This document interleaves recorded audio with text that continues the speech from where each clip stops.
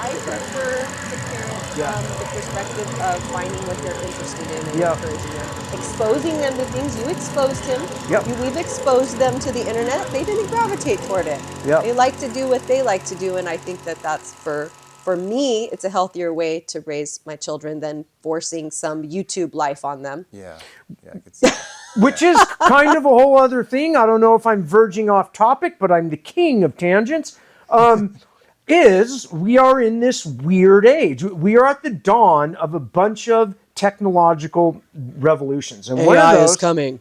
Is the democratization of content creation, right? Whereas even 10 years, for sure 20, it took a lot of money and an entire crew to even get your film or whatever it was out there, right?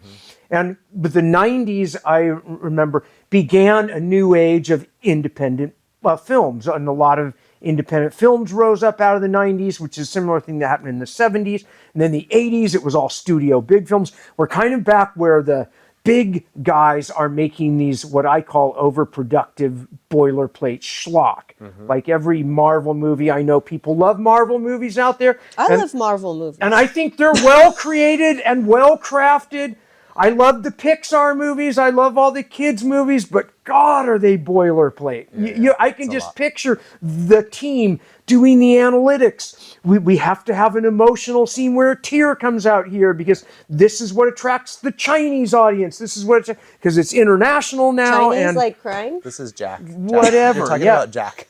That's We Jack love Jack. Yeah. Jack at work is doing Jack this. at work. And no, I'm not shit talking that as an industry. As a matter of fact, if you want to hire me for $200 grand a year, I'll run analytics on what's popular on the internet. And we could just quit all this, huh? Yeah, you could. Chris and I feel like we both have these kind of free, independent spirits where we want to do what we want to do, and we don't necessarily want to sit down and get to work all the time. So having Tobin, like, we will record a podcast every week. Podcast. Like, that's what we need. And so that's why we had that meeting over a year ago. And then when you approached me and said, hey, I'm interested in doing this. I'm like, for sure, Tobin, because Chris and I need organization. And I mean, the Combat Base Club came out of my brain. That was my idea. During COVID. Because COVID, we had nothing to do. We're sitting around twiddling our thumbs. We had no money. And I'm like, okay, look, what if we create a platform where people can watch us do videos and we can record and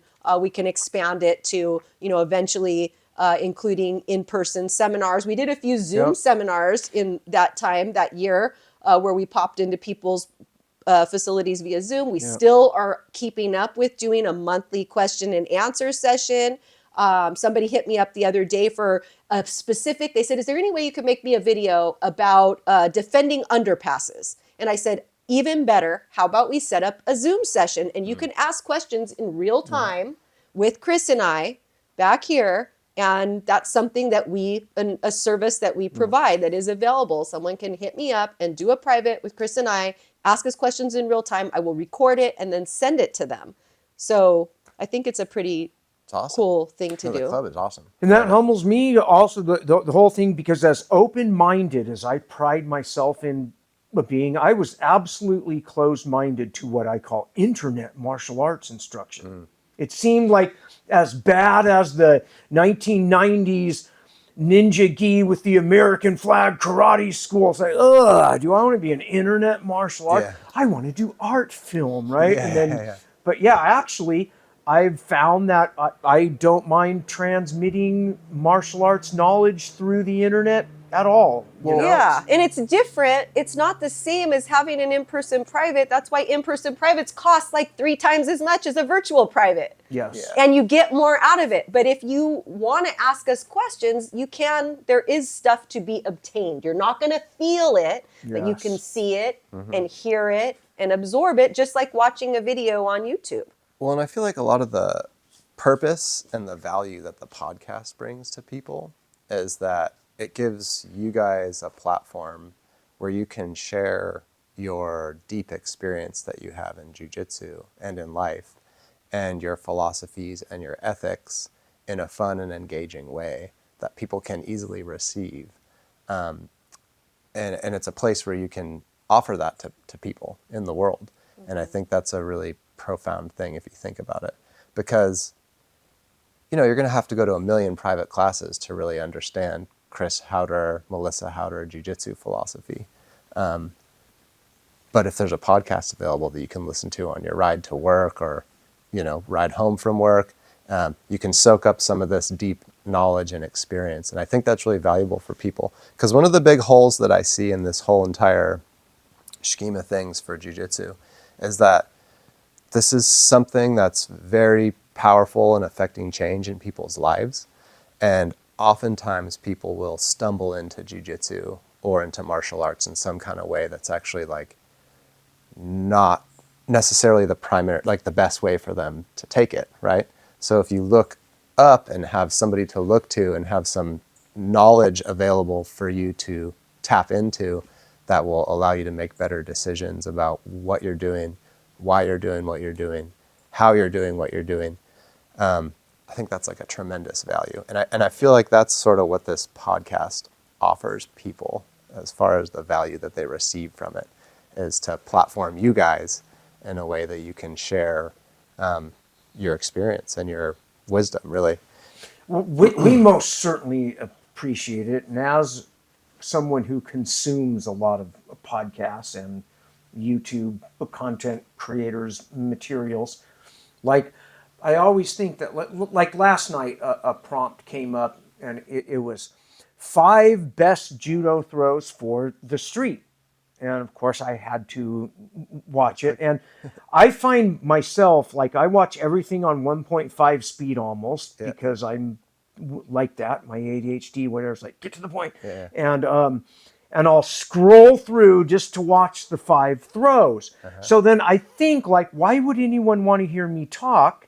Wouldn't they just want to hear me show how to grip the sleeve and move over? But at the same time, you have speeches that have gone viral on the internet. Yep. Like, people want to hear you talk. No, I get that, but Why would they want to sort through all the rest of it to find the nuggets? yes, that's like, and I think whereas our collective attention has gotten shorter and shorter, the introduction of shorts and TikTok and all that, part of me thinks, oh man, we're late to do long form. But then at the same time, there is an interest still in long form. And Journalism, you do long form, podcasts, long form.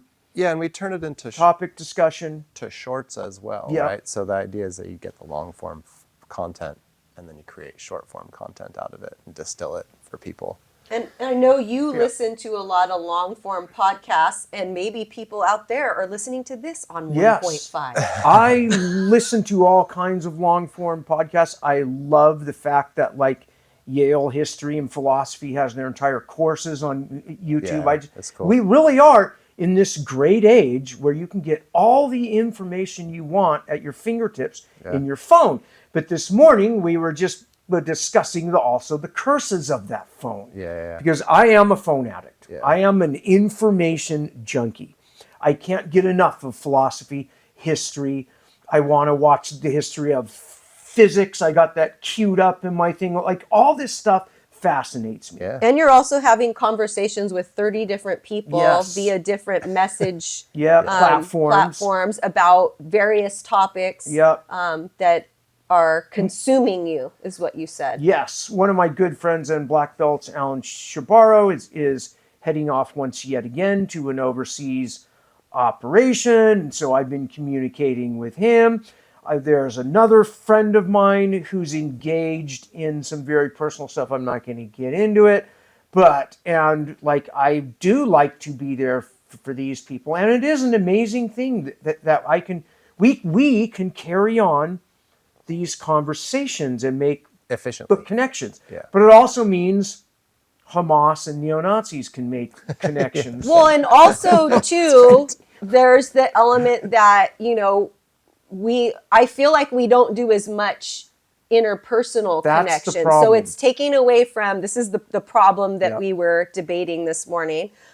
is that it's taking away from our family connections. Our family dynamic. Because people think that everyone's ignoring everybody else because everybody's having conversations with people that they never see, but they're being there for those people and then on text messages. When you walk in and go, hi, how are you doing? And then the reaction, you're like, oh, I'll go back to my phone. And then it's a cycle that just keeps looping itself. And then you wake up in the middle of the night and I have a microphone at your face. I'm Yeah, like, podcast, Tobin. So I guess that's kind of the purpose of the podcast, right? Is to effectively and efficiently give a way to platform your philosophies. But so for someone who's never heard of you guys somehow, or they're not into jiu-jitsu and they don't know of you, I think it'd be good to put some context behind that. So like, do you want to say your quick who you are and what your accolades in jiu-jitsu are? Or do you want me to do it? You can. We've kind of talked about this a bit off camera out there in the audience land, but like, I am so sick of telling my quote unquote origin story. Okay. I'll prompt it. It's like, and then like the other thing, like I overheard you guys speaking about, which I thought that's a great idea, is having people be able to call in. Yeah. Because like when I grew up as a Gen Xer, whether it was KRQ call-in shows, KLOS had one, where like a couple of these radios had a thing where people would call up and bring their high school romance problems or whatever it was. And I was like, God, I would love to give an opinion on, rather than me just trying to fill content, I would love to have somebody jump in, because if there's one thing that my family knows I'd love to do is opine on somebody's problems. Yeah, I don't want your full bio in the moment, but let me just say then, like, so Chris Haueter is a 6th degree black belt in Brazilian Jiu-Jitsu, originally granted by Higan Machado, right? Yep. And you started training Jiu-Jitsu in 1988. I say I have 3 versions of my origin. I have my short 1-paragraph version, my 5-paragraph essay, and the book version, which is another source of stress that I'm not going to get into. But my brief 1-paragraph is I was one of those kids that grew up obsessed with martial arts. I'm a stutterer. I had all the reasons to be more interested in learning how to fight than play basketball or ping pong, like most of you out there in martial arts land. Not all of you, but a lot of you. And it just so happened the stars aligned when I was a year out from my one and only Muay Thai fight, which most of you know, getting hit in the head and clashing shins hurts really bad. And as much as I loved the reality martial arts and combat sports, I was doing the fantasy arts because it seemed like the reality ones were a bit injurious and all these things. And I happened to go seek out wrestling, run into the Aikido instructor whom I knew at the Muay Thai boxing college gym, who was doing privates with Horion Gracie. And I saw him teaching in his Aikido class, mount escapes. And as a prior wrestler, I kind of said, Mitz Yamashita, I'm like, I don't think that would work against a wrestler, because I'm in the real Jeet Kune Do world, which is looking for functional reality martial arts. And he proceeded to show me, tap me out a couple of times. Here's this older Japanese guy. And I'm like, wow, I didn't know Aikido had a whole ground art. I want to learn Aikido. And he said, well, it's not Aikido, it's jiu-jitsu, and it's a specific kind, the Gracie. And here's the guy's number. And really, I'm not even allowed to show you anything in this art. So if you want to learn it, you can't learn it from me, because back then that's kind of how it was, whether that's good or bad, but you had to be authorized to instruct this. No mats in your garage, no home training. There were certain rules. And I immediately called Horion. And he answered. We had a little brief chat on the phone. He asked me if I had any martial arts experience. Of course, I want to list my breadth of martial arts experience at that time. So when I arrived for my first private, it was, do I want to challenge? And I said, no, I'm here to learn. It's like my knees are shaking. It's like, you're here for a challenge. I was like, fuck no, I'm not here. And I often would say back in the days when you met my mentors at that time, which are a handful of the Gracies and the Machados, is that because it's a patriarchal honor culture, you have to yield. And there's something that I learned very good in the military, and I learned it the hard way a bunch of times, is in order to be a leader, you have to know how to follow. Mm-hmm. That bad leaders are people that don't know how to follow. And it took me a while, and like I remember that crystallizing in a leadership class that was one of the best classes I ever had.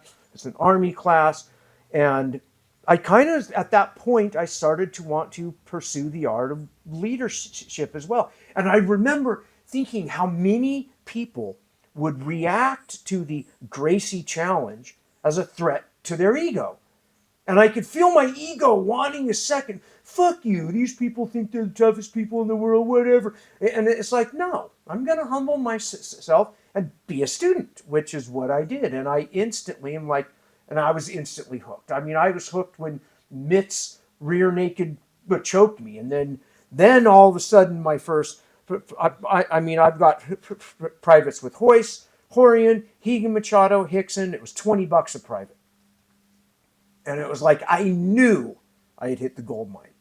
Where some guys who never did martial arts came in, they wanted, wow, this is really cool. This is like the magic I've watched on Inside Kung Fu. It's like, no, I knew all that other shit was bullshit. And I knew the combat sports were athletic, weight class oriented, and all these other things. And here's like, wow, I hit the gold mine. And I often say, and I used to say this all the time, but now it is mainstream out there. I'm surprised it took so long, which is one of the reasons why I never opened a school. Because I literally thought, when it's 1997 or 8, I'm in Rio, and I'm on a mat with 60 fucking black belts. And I'm like, as soon as these jobless black belts realized they could get on a plane, open up a school in any town USA and kill it, I thought they would be here in droves. And it took an American, Papa John, to reorganize and restructure Baja Gracie and clean it up, because anyone out there in Compland knows that jiu-jitsu back then they cheated even worse than they do now. And it was a whole other thing, and there was a lot of things. But, now we're way into the weeds, and I've already talked too much. It's a mini book. That was a mini book right there. We have that, right? And you lived through all of jiu-jitsu. You got your black belt in 1996. I want to say it was 96. December of 96. 5 of us got our black belts that day. 1 or 2 of them were Brazilians, so they don't count as the first non-Brazilian ones. And then Hickson promoted a couple guys. And back then, Horion, the rumor was he was very mad at the Machados and Hickson because he did not want to create black belts outside of the Brazilians, let alone outside of the family. There was a whole thing. I remember Horion telling me when I left the academy that because there were rumors, there were cameras in the locker room and all these things, that I had to make a choice, that he was aware that I'm doing privates with Hegan Machado, and he was aware that Hegan had mats in his garage, which I loaned Hegan, and I had to make a choice. And he said, and I know you will make the right one. And I said, yes, I will. And I didn't see Horion for 10 years after that. But now I like Horion. I mean, Horion and I saw Roger Machado arm in arm with Horion on Instagram last week. Blood is thicker than water. I don't know. Yeah.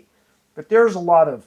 And then so from 96 you got your black belt to today, 6-degree black belt. Did you ever stop training? Yes. But before that, I also like to say, I think that people who have accomplished things like a black belt or became a CEO or became a millionaire or a pro athlete, I think we humans tend to give ourselves way too much credit for what we have. I was in the right place at the right time. I'd had enough leadership training to know to keep my mouth shut, barely enough. And I did not get caught up in things that could have taken me and distracted me out of my training. And I also knew from leadership is maintain an instructor-student relationship. When a person assumes leadership, don't try to be their friend. That's like one of the other things. It's like there's all these things. And again, there are certain types and styles of leadership, and anybody out there who's had leadership class or read a book know there's multiple kinds. 3 main ones, back to my rule of threes, but we're not going to jump into that. But save it for later. yeah, Notes. there were periods of time where I went down the wrong path, whether there's free will or not. I found myself down the wrong path, and my jiu-jitsu training had all but stopped. But were we talking like years or a couple months? Because I feel like Periods of months. Yeah. Like maybe 6 months to 8 months was the longest time. There was a time when I was a cop and then not a cop, which is a whole other long little story, where I went onto the mat and realized that, wow, I haven't been here in months. And it was interesting because I walked in, it was an evening class, sort of after the class. There was a couple of blue belts and white belts, and they had no idea who I was. And I had no idea what they were. And it's like I'm that far removed now. And it's funny because like the guy who was quote unquote managing the gym that night, because the Machados were gone at the time, was like, hey, are you interested in learning it? Taking a class? And I went, yeah. And I put on a gi and I tied my belt all wrong. And I took the class and I acted as if I didn't know anything. And then the rolling came, and like the first roll, I let them beat me. And it was a total prank. And I'm like, oh, wow, I think I figured it out now. And then I would, reverse them and arm out like, I remember this look of shock in their face. And then I'm cleaning them up. And then one of them goes, hey, look at his ears. And I'm like, honestly, guys, I'm a black belt. I'm fucking with you. And then we all laughed. They're like, that was fucking awesome. That was so hilarious. Funny. Yeah, I played as if I didn't know anything. Because the reason I say that is because I just look at the... That should have been on film. I'm sorry. Yeah, right? That would have gone viral. It seems to me like there's only a handful of people that have been in jiu-jitsu for as long as you have, and as Americans that got their black belts in jiu-jitsu. And of those few people, it seems like you've trained consistently, the most consistently the whole time up until today. You teach like 3 times a week. You train a whole bunch. You're always doing stuff. Fairly consistent. You've been very active the whole time. So that being said, as far as the value that the podcast brings is like somebody that's interested in jiu-jitsu, wants to know about jiu-jitsu. This is somebody with the most amount of experience can share the wisdom and knowledge collected over that time period. And clearly, from the way that you think and talk about everything, you're like a very principled person that thinks deeply about right and wrong and tries to find the middle ground. I certainly try. And it's a great type of person to look at and ask questions to, which you guys are offering to the people out there is, hey, if you have questions or you want, part of the Combat Base Club is that you provide an opportunity for mentorship. I've seen that verbiage in there. So I'll just throw a little shout out there. So this morning I was speaking to one of the Combat Base black belts, Jay Elder, he's a leader and does mentoring for misguided youth going down the wrong path. And we were talking about a poor 15-year-old who was jumped in Watts the other day and beat up. He's on like almost life support now. And Jay's going to go meet this kid in the hospital and talk at the family. And Jay's the kind of guy that would attempt to mediate the dumb kids who jumped him too. Oh, Not totally. like turn it into a gang war, No. but actually like that's Fix it, leadership. And I often think that's the kind of stuff that I should be doing, is running out there trying to help others. But right now, that's not my role in life. Yeah, I mean, you're doing that in the way that you are with people in general. Yeah, I Just mean, like you Jay get does that. stopped a lot and people say that you changed their life.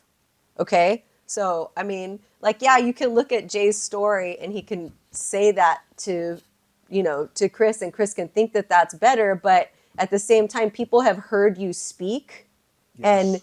and you've made a huge impact on their lives, and we're talking about globally. Yes. Not just in LA. And I mean, maybe you think, like, I don't know, I think it's a human condition to look at what somebody else is doing and think, oh, that's way cooler and way Compare. better Yeah. than what Yes. I'm doing. Yeah. But you're doing a lot, and not like in a sense of ego inflation. Sometimes I get jealous. I'm like, wow, everybody thinks he's so cool. They want me to take a picture of him and them, and I'm just the Take a picture camera of me and this holder, guy. because Yeah. that's what I do. I hold the camera. Well, that's a fun way to transition over, is that we also have you here, Melissa Haueter, 3rd degree black belt under Chris Haueter, who found jiu-jitsu pretty early as far as women's jiu-jitsu goes.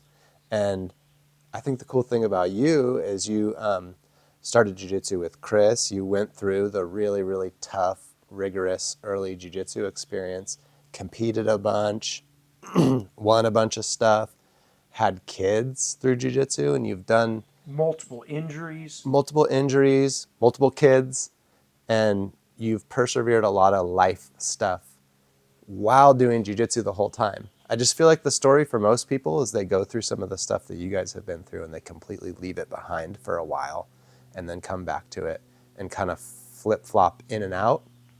And I feel like you guys have really carried it through. And I'm sure that the viewers of the podcast will find that a lot of these like lessons that you've learned through jiu-jitsu have like helped you persevere through some of these challenges and things in life. And so yeah, it's an awesome combination of knowledge. I mean, you're a teacher by trade and a scholar by trade, right? You've gone out there and had a formal education and done a bunch of different interesting things with that, and done jiu-jitsu all the way through all that. So I feel like that's a really cool thing for people to get a piece of, right? So I think that's what the podcast is doing for people. And hopefully expands beyond jiu-jitsu, and people can take some of those lessons that martial arts provides and apply them to other parts of their lives, and know better people than you guys to share and show what that is. I think that's what the podcast will do. So one thing I wanted to mention too is we want to try to engage the fans a bit. So Yes. we got comments. You can comment on the podcast on YouTube. You can write comments directly on YouTube, but we also have an email. They also advise you to stay out of the comments section, because That's why Tobin's going to be in the comments. there might be in case they 10 talk good shit about comments, Chris. and then one, think oh, we that talk dude too doesn't loud. I know what read he's that talking somewhere. about. He talks too much. But yeah, I mean, it's a good way to hear what people want to hear about.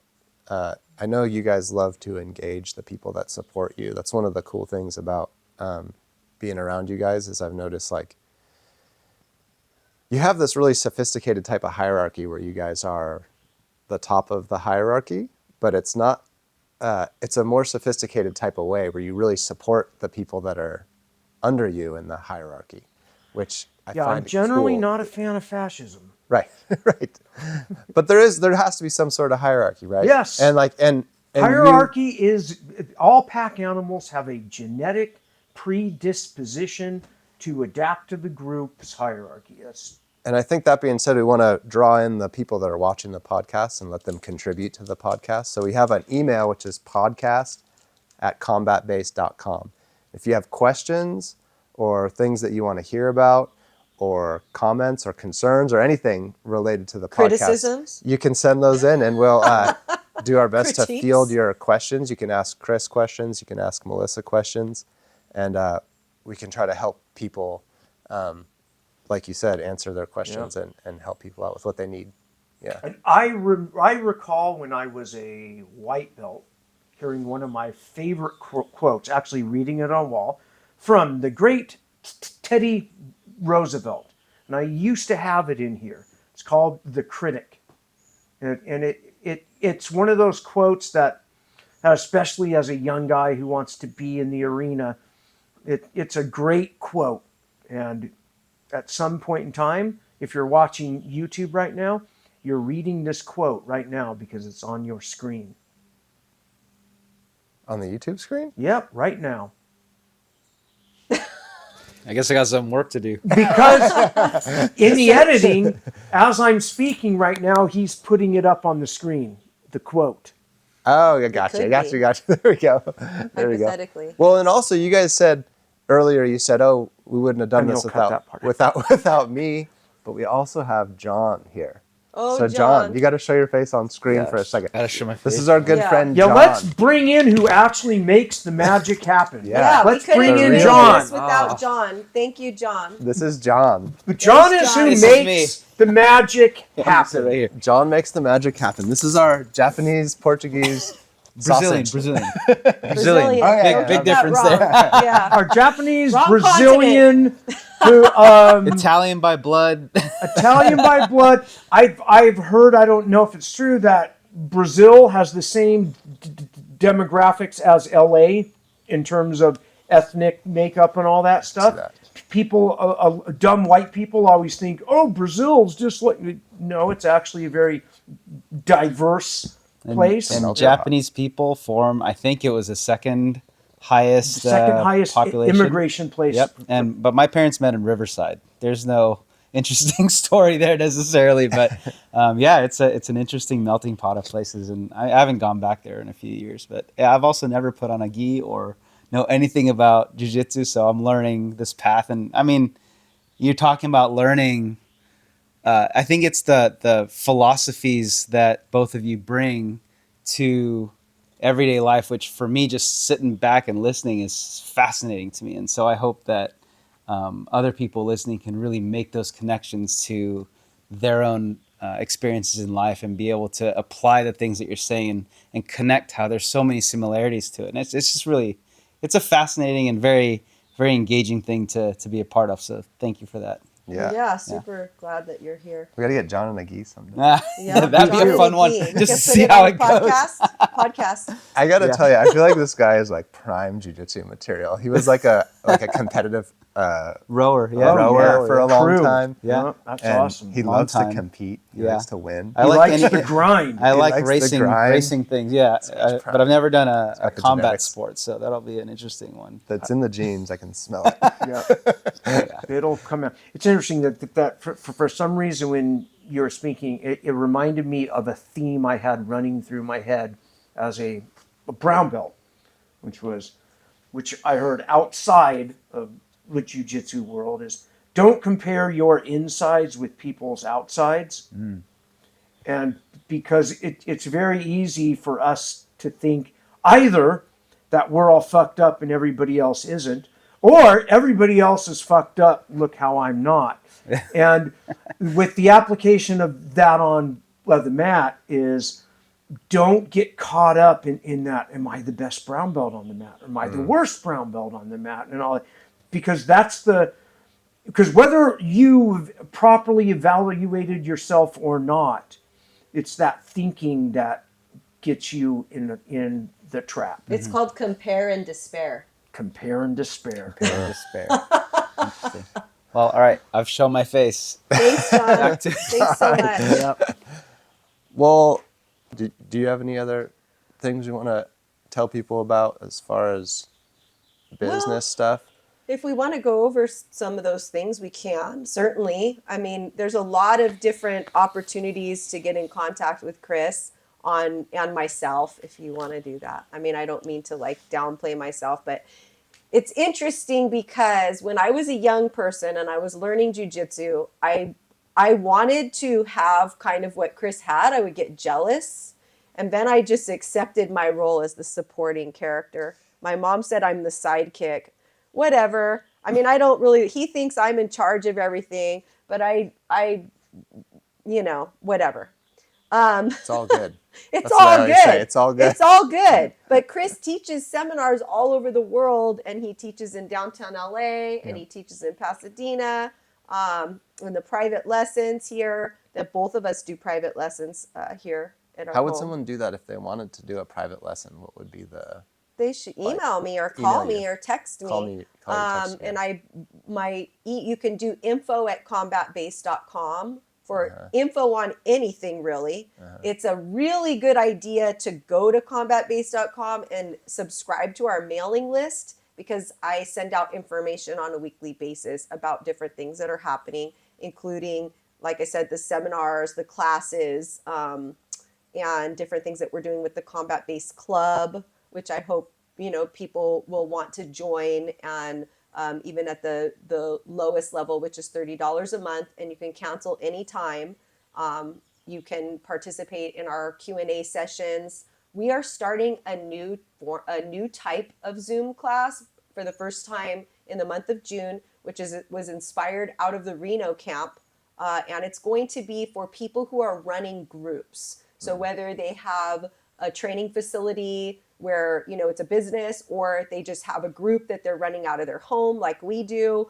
We're going to start this Zoom, and I don't know how often we're going to do it. We haven't decided yet, but a platform to support other people who are running groups. And the more successful people, or people who have been doing it longer, might be able to offer some guidance to people who are starting out, and people who are starting out can ask questions. And we'll cover various topics, from marketing to how to keep your mat safe, to just lots of different things that we can talk about, and really have it be, kind of like we do. It's a group-led thing, so wanting to deliver what people are interested in, not just like a lecture, more of like a supportive community where people can make contact with each other outside of the sessions as well. We're working on setting up some different platforms where people can communicate outside of the sessions, interactive things. So we're taking that whole group idea to the next level. Nice. So Cool. we, as the Combat Base Club, and everything that we do, are just we're a process in evolution. Like I said earlier, I feel like by no means are we experts in business. Chris is an artist and a martial artist and a artist and all the things, and I like science and math and like to teach things, and and like to learn also. But bringing that to this business that we're doing, I just feel like it's a learning, growing, evolving type of thing that I'm very happy for members to be a part of the process. So more so than just like us trying to sell you stuff, it's like just be like a community. That's what I was saying earlier, is I feel like all the stuff that you guys do, it's like your mindset is like, oh, how can we help everybody? And what do we have to offer other people? And how can we help lift up other people and lift up the people that support us? And I just feel like that always feels good instead of the other way around. The best leaders seek guidance from the people they lead. Yeah. Seek feedback. Seek critique. Yeah. Tell me what I'm doing wrong so I can improve the team and stay mission oriented. Yeah. There you go. And what else? So we got that going on, the Zoom. Yeah, in the month of June, if you want to plan ahead, the next seminar, I think we mentioned it before, is in Mission Viejo, PCI, California, at PCI on June 8th. And then Chris is going to North Carolina, and he's going to be at 3 different locations in North Carolina. I think one of them is already full, but there's one on June 13th at Wilburn Jiu-Jitsu, and then June 15th he'll be at New Defiant, which is French. Noi defiant. We defy. No, it's new. I know. It's not Noi. New. Okay. New. New N-O-U-S is defiant. new. Yeah. I took 4 years of French in high school. I'm no expert, but I know that that's pronounced new. You know French? Un peu? 8 years.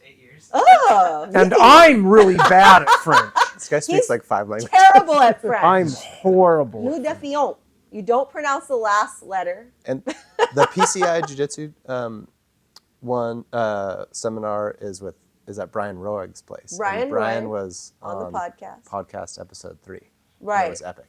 Yeah. And also on June 15th here in LA, if you don't want to go to North Carolina and you want to train with me and Efrain Sevilla, who is a black belt under me, and Jocelyn Suarez, who is a black belt under me, and we all are 5'2", 5'3", we do what's called the vertically challenged seminars. So it's open to people. You can be taller than 5'2", 5'3". However, the 3 instructors presenting will be that size. From the perspective. From the perspective of us working against taller people, and techniques that we found help us with our size. And there's always someone bigger, unless you're probably 6'8", then maybe there's not someone bigger. But this one is going to be on takedowns. So we're going to share our favorite takedowns. And that's going to be here locally in Lawndale, California, in LA.